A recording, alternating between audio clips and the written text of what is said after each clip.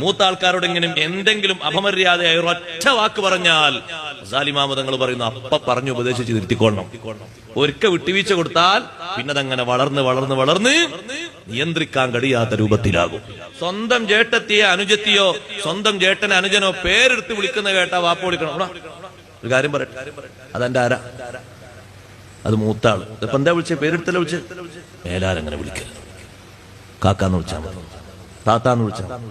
ഇനി അങ്ങനെ പേരെടുത്ത് വിളിക്കുന്നത് എന്റെ ശ്രദ്ധയിൽ പെട്ടുപോകരുത്, ഒരിക്കലും ഉണ്ടാകരുത്. ഉപദേശങ്ങൾ കൊടുക്കണം. ആ അനുജനെ വിളിച്ചിട്ട് പറയണം, മോനെ മൂത്താളാണ്, ഒരിക്കലും വിളിക്കരുത്.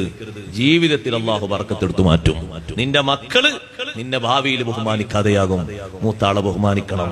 ബാപ്പ പറഞ്ഞു കൊടുക്കണം മക്കൾക്ക്, ഞാനില്ലെങ്കിൽ നിങ്ങളെ ഈ വീട്ടിലെ മുഴുവൻ കൈകാര്യങ്ങളും ചെയ്യേണ്ട ആളാണ് മൂത്ത ഇക്കാക്ക. മൂത്ത ജ്യേഷ്ഠൻ ബാപ്പാന്റെ സ്ഥാനത്താണ്.